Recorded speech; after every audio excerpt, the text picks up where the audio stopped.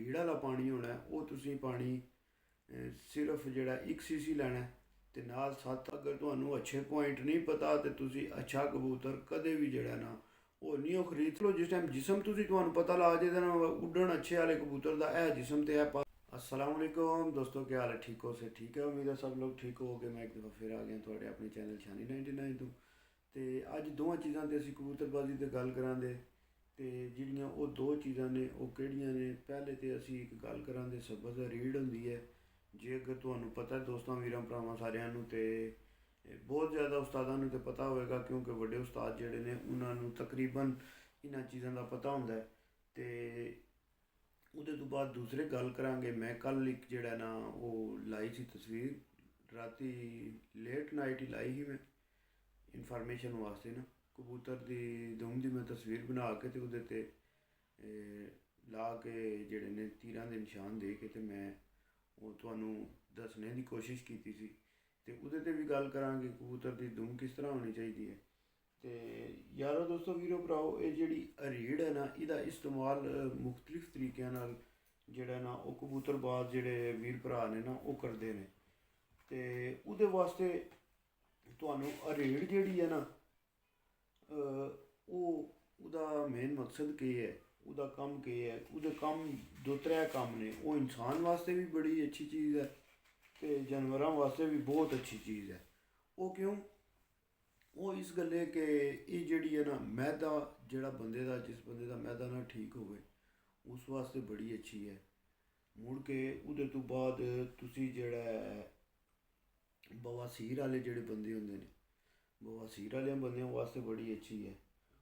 उहदे तो बाद जिगर या खारिश जिहड़ी होंदी है ये उन्हां बंदियां वास्ते बड़ी अच्छी है।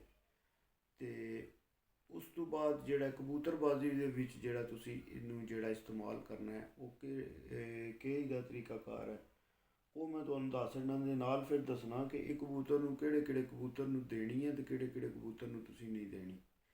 ये खासकर इस्तेमाल होंदी है जिहड़े कबूतर होंदे ने मोटे भारे वजूद दे डबल हड्डी दे ये उन्हां कबूतरां वास्ते इस्तेमाल होंदी है। या तुसी कह लो कि ये उन्हां कबूतरां वास्ते इस्तेमाल होंदी है जिहड़े थोड़े जे तुसी उन्होंने कह लो कि होंदे हो नस्ली ने सारे पॉइंट उन्होंने पूरे होंदे ने। मतलब वो थोड़े जे जेड़ा ना कर लो कि हड्ड हरामे भी टुर जाते ने। वो कबूतर मतलब परवाज नहीं देंदे होंदे पे, जल्दी बह जाते ने, डाहो तो जल्दी बह जाते हैं। तो इस गल्ले उन्होंने कबूतरों वास्ते जोड़ा है ये जी है ना बहुत अच्छी चीज़ है। कबूतर नू खोलने वास्ते बड़ी अच्छी चीज़ है। इसका तरीकाकार भी मैं तुहानू दस छड्डना कि जिहड़े कबूतर डबल हड्डी के कबूतर होंदे ना उन्होंने जी है तुसी ये किस तरह देनी है। तुसी कोशिश करनी है, कई बंदे तो एक गिलास पानी का लैके तो उहदे विच भी पा लेंदे ने, मगर तुसी कोशिश ये करनी है कि 2 गिलास पानी के लैके उहदे विच रीढ़ जिहड़ी है ना वो तुसी पा के पानी दे विच ते रख छड्डनी है। 12 घंटे तकरीबन जिहड़ा ना ये लाजमी तुसी पानी में भिजी होनी चाहिए है। जे तुसी मिसाल के तौर पर कबूतर नू शामी सुबह कबूतर डाना है ना तो डक वाले दिन शामी 5-6 बजे तुसी ये कबूतर नू पानी दिता है ना तो तुसी फिर हिसाब ला लो कि उहदे तो पिछे कितना टाइम जो 12 घंटे बनते हैं उहदे तो पहला तो तुसी 12 घंटे पहला भे के रख लो। तो फिर उहदे तो बाद क्या करना है जिहड़ा रीड़ वाला पानी होना है वो तुसी पानी सिर्फ जिहड़ा 1 सीसी लैना तो नाल 7-8 सीसी जिहड़ा तुसी सादा पानी लैके तो शामी जिस टाइम कबूतरां नू 5-6 बजे नाल बंदे जिस टाइम गर्म करते हैं तुसी वो कबूतर नू जिहड़ा ना वो पानी दे देना है। जिहड़ा कबूतर मस्ती करता है, खुलदा नहीं पिया, सही उड़दा नहीं पिया, उस कबूतर वास्ते ये वीडियो बड़ी ज़बरदस्त तो बेस्ट चीज़ है। इहदे नाल क्या होंदा है ये कबूतर नू पेचस भी लवा लैंदी है, फिर कबूतर का वेट भी घटा छड्डदी है। क्यों कबूतर का जिस टाइम पेट नरम होंदा है उन्होंने पेचस लगते हैं, पेचसां नाल उहदा जिसम हल्का होंदा है, वजन घट होंदा, वो ऐटोमैटिक नाल ही परवाज भी ज़्यादा करके आउंदा, खुल जाता कबूतर। परवाज जिस टाइम ज़्यादा करता है तो उसका वजन घटता है। तो ये कबूतर नू खोलने वास्ते जिहड़ी है ना उस्ताद बड़े बड़े इहदे नाल तरीके दे नाल इस्तेमाल करते होंदे ने चीज़ां सारियां। तो साडा मेन मकसद ये है बई तुहानू कोई चीज़ां ने जिहड़ियां वो चीज़ां दस्सिए जिहड़ियां तुसी ਅੱਗੇ ਆਉਣ ਵਾਲੇ ਵਕਤ ਵਿੱਚ ਹੋਣ ਵੀ ਸਾਦੀਆਂ ਦੇਸੀ ਹੋਣ ਤੇ ਤੁਸੀਂ ਅੱਗੇ ਇਸਤੇਮਾਲ ਵੀ ਕਰ ਸਕੋ। ਤੇ ਉਹਦੇ ਤੋਂ ਬਾਅਦ ਜਿਹੜਾ ਨਾ ਤੁਸੀਂ ਕੀ ਕਰਨਾ ਹੈ ਕਿ ਇਹ ਕੀ ਲੈਣਾ ਹੈ, ਜਾਂ ਇਹ ਤਰੀਕਾ ਤਾਂ ਤੁਹਾਨੂੰ ਮੈਂ ਦੱਸ ਰਿਹਾ ਕਿ ਤੁਸੀਂ ਇਹ ਜਿਹੜਾ ਨਾ ਇਹ ਯਾਦ ਰੱਖਣਾ ਕਿ ਤੁਸੀਂ ਕਰਨਾ ਸਿਰਫ ਡਬਲ ਹੱਡੀ ਵਾਲੇ ਕਬੂਤਰ ਨਾਲ ਹੈ। ਸਿੰਗਲ ਬਾਡੀ ਵਾਲੇ ਕਬੂਤਰ ਨਾਲ ਬਿਲਕੁਲ ਨਹੀਂ ਕਰਨਾ। ਉਹਦੇ ਵਿੱਚ ਮਿਕਦਾਰ ਬਹੁਤ ਘੱਟ ਕਰ ਲੈਣੀ ਹੈ। ਜੇਕਰ ਤੁਸੀਂ ਇੰਜ ਕਰਨਾ ਵੀ ਹੈ ਨਾ, ਅਗਰ ਸਿੰਗਲ ਹੱਡੀ ਦਾ ਕਬੂਤਰ ਹੈ ਉਹਦੇ ਨਾਲ ਜੇਕਰ ਕਰਨਾ ਤੇ ਮਿਕਦਾਰ ਬਹੁਤ ਜ਼ਿਆਦਾ ਘੱਟ ਰੱਖ ਲੈਣੀ ਹੈ। ਜੇ ਅਗਰ ਨਾਰਮਲ ਕਬੂਤਰ ਨੂੰ ਤੁਸੀਂ ਸੀਸੀ ਦਿੱਤਾ ਨਾ ਤੇ ਦੂਸਰੇ ਕਬੂਤਰ ਨੂੰ ਤੁਸੀਂ ਸਮਝ ਲਓ ਕਿ ਜੇ ਅਗਰ ਸਿੰਗਲ ਹੱਡੀ ਵਾਲਾ ਕਬੂਤਰ ਹੈ ਤਾਂ ਤੁਸੀਂ ਉਹਨੂੰ 2-3 ਪੁਆਇੰਟ ਸਿਰਫ ਦੇ ਸਕਦੇ ਹੋ। ਸੀਸੀ ਵਿੱਚ ਨਹੀਂ ਜਾ ਸਕਦੇ ਤੁਸੀਂ। ਸੀਸੀ ਵਿੱਚ ਜਿਸ ਤਰ੍ਹਾਂ 10 ਪੁਆਇੰਟ ਹੁੰਦੇ ਨੇ ਤੁਸੀਂ ਉਹਨੂੰ ਮਿਲੀਆਂ ਦੇ ਵਿੱਚ ਫਿਰ ਟੁਰ ਜਾਓਗੇ। ਤੇ ਇਸ ਗੱਲੇ ਜਿਹੜਾ ਤੁਸੀਂ ਜਿਹੜਾ ਸਿੰਗਲ ਬਾਡੀ ਵਾਲਾ ਕਬੂਤਰ ਹੈ ਨਾ ਉਹਨੂੰ ਕੋਸ਼ਿਸ਼ ਕਰਨੀ ਹੈ ਕਿ ਉਹਨੂੰ ਤੁਸੀਂ ਇਹਦੇ ਨਾਲ ਨਹੀਂ ਖੋਲਣਾ। ਤੇ ਫਿਰ ਉਹਦੇ ਤੋਂ ਬਾਅਦ ਜਿਹੜਾ ਨਾ ਤੁਸੀਂ ਇੱਕ ਹੋਰ ਤਰੀਕਾ ਵੀ ਹੁੰਦਾ ਹੈ ਕਬੂਤਰ ਨੂੰ ਇਹਦੇ ਨਾਲ ਜਿਹੜਾ ਨਾ ਕਬੂਤਰ ਨੂੰ ਬਾਜਰਾ ਕਿਸ ਤਰ੍ਹਾਂ ਬਣਾਈਦਾ ਹੈ ਰੀੜ ਨਾਲ ਗਰਮ ਕਬੂਤਰ ਨੂੰ, ਇਹ ਵੀ ਡੱਕ ਤੋਂ ਇੱਕ ਦਿਨ ਪਹਿਲਾਂ ਤੁਸੀਂ ਜਿਹੜਾ ਨਾ ਕਰ ਸਕਦੇ ਹੋ। ਇਹ ਵੀ ਬੜਾ ਜ਼ਬਰਦਸਤ ਤਰੀਕਾ ਹੈ। ਤੁਸੀਂ ਕੀ ਕਰਨਾ ਕਿ 50 ਗ੍ਰਾਮ ਜਿਹੜਾ ਤੁਸੀਂ ਉਹ ਬਾਜਰਾ ਲੈ ਲੈਣਾ। 50 ਗ੍ਰਾਮ ਬਾਜਰੇ ਦੇ ਵਿੱਚ ਇੱਕ ਰੀੜ ਰੱਖਣੀ ਹੈ। ਰੀੜ ਰੱਖ ਕੇ ਤੇ ਤੁਸੀਂ ਪਾਣੀ ਲੈ ਕੇ ਥੋੜ੍ਹਾ ਜਿਹਾ ਜਿਹਦੇ ਵਿੱਚ ਉਹ 50 ਬਲਕਿ ਕੱਪੜਾ ਲੈਣਾ ਹੈ ਸੂਤੀ ਕੱਪੜਾ ਹੋਵੇ ਜਿਹਦੇ ਵਿੱਚ ਜਨਾਬ ਉਹ ਪਾਣੀ ਵਿੱਚ ਤੁਸੀਂ ਡੋਬੋ ਨਾ ਜਿਸ ਟਾਈਮ ਬਾਜਰੇ ਦੇ ਵਿੱਚ ਰੀੜ ਰੱਖ ਕੇ ਉਹ ਕੱਪੜੇ ਦੀ ਗੁਠਲੀ ਬਣਾ ਲੈਣੀ ਹੈ। ਗੁਠਲੀ ਬਣਾ ਕੇ ਪਾਣੀ ਦੇ ਵਿੱਚ ਡੋਬਣੀ ਹੈ। ਡੋਬ ਕੇ ਉਹ ਤਕਰੀਬਨ 3-4 ਵਾਰੀ ਤੁਸੀਂ ਪਾਣੀ ਦੇ ਵਿੱਚ ਡੋਬਣੀ ਹੈ, ਡਿਪ ਕਰਨੀ ਹੈ। ਉਹਦੇ ਤੋਂ ਬਾਅਦ ਜਿਹੜਾ ਤੁਸੀਂ ਉਹ ਕੱਢ ਕੇ ਰੱਖ ਛੱਡਣੀ ਹੈ। ਤੇ ਉਹਦੇ ਤੋਂ ਬਾਅਦ ਤੁਸੀਂ ਜਿਸ ਟਾਈਮ ਉਹ ਕੀ ਕਰਨਾ ਹੈ, ਜਿਸ ਟਾਈਮ ਉਹ ਰਾਤੀ ਟੰਗ ਛੱਡਣੀ ਹੈ, ਸਵੇਰ ਉੱਠਣਾ ਉੱਠ ਕੇ ਕੱਢ ਕੇ ਉਹਦੇ 'ਚੋਂ ਢੀਲ ਕੱਢ ਛੱਡਣੀ ਹੈ। ਬਾਕੀ ਬਾਜਰਾ ਤੁਹਾਡਾ ਖੁਸ਼ਕ ਹੋ ਜਾਣਾ ਜਿਹੜਾ ਬਾਜਰਾ ਉਸ ਬਾਜਰੇ ਵਿੱਚ ਤੁਸੀਂ ਜਿਹੜੇ ਕਬੂਤਰ ਤੁਸੀਂ ਉਡਾਣੇ ਨੇ ਨਾ ਉਹਨਾਂ ਨੂੰ ਨਾਰਮਲ ਦਾਣਾ ਪਾਉਣ ਤੋਂ ਪਹਿਲਾਂ ਤੁਸੀਂ 1 ਚਮਚ ਉਸ ਦਾਣੇ ਦੀ ਪਾਣੀ ਹੈ।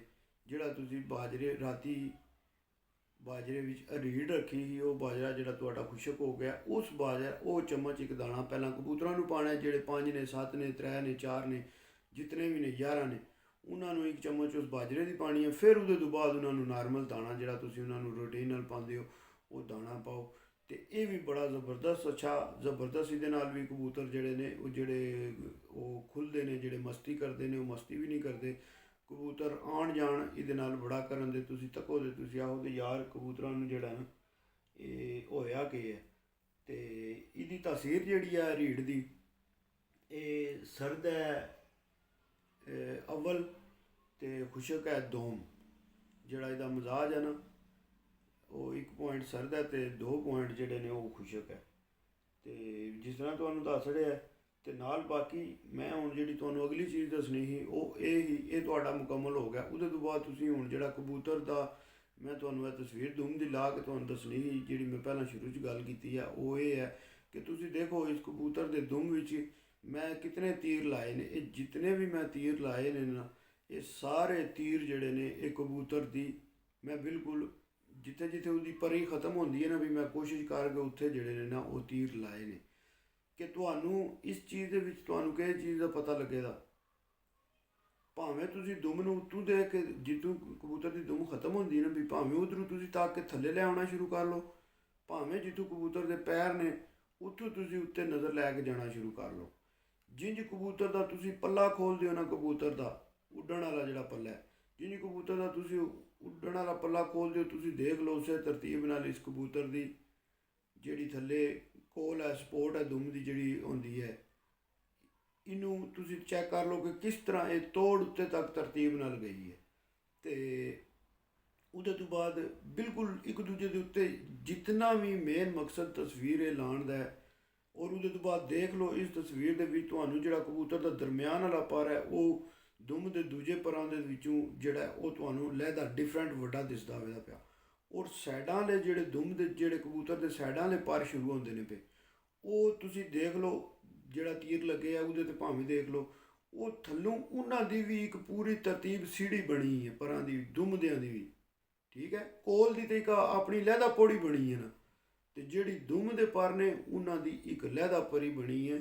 ਇਸ ਗੱਲੇ ਵੀਰਿਓ ਕੋਈ ਵੀ ਕਬੂਤਰ ਅੱਛਾ ਕਬੂਤਰ ਜਿਹੜਾ ਹੋਵੇਗਾ ਜਾਂ ਜਿਹੜੇ ਕਬੂਤਰ ਪੁਆਇੰਟ ਵਾਲੇ ਹੋਣਦੇ ਜਾਂ ਜਿਹੜੇ ਬਰੀਡਰ ਕਬੂਤਰ ਹੋਣਦੇ ਜਿਹੜੇ ਬੰਦਿਆਂ ਕੋਲ ਕੰਮ ਕਰਦੇ ਨੇ ਪਏ ਜਿਹੜੇ ਜਿਨ੍ਹਾਂ ਕਬੂਤਰਾਂ ਦੇ ਬੱਚੇ ਉੱਡਦੇ ਹੋਣਦੇ ਪਏ ਤੁਸੀਂ ਉਹਨਾਂ ਦੇ ਵਿੱਚੋਂ ਇੱਕ ਇੱਕ ਪੁਆਇੰਟ ਜਿਹੜਾ ਨਾ ਉਹ ਤੁਸੀਂ ਨੋਟ ਕਰ ਸਕਦੇ ਹੋ।